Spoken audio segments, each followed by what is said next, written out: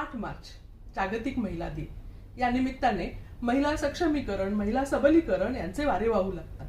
त्यासाठी अनेक प्रोत्साहनपर आणि प्रेरणादायी कार्यक्रमांची नुसती रेलचेल असते.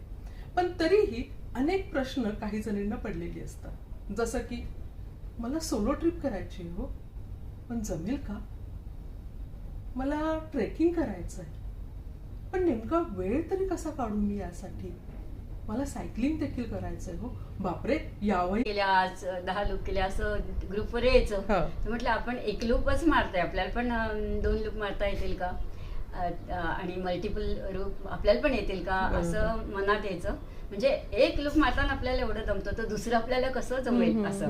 तर मग मी एक दिवस एक लूप मारल्यावर दुसरी पण मारली तर मला असं वाटलं की अरे आपण दुसरी मारताना एवढे काय दमलो नाही, तर म्हणजे आपल्याला हे पण जमते. त्याच्यानंतर मी 2 लूप मारायचे मध्ये मध्ये.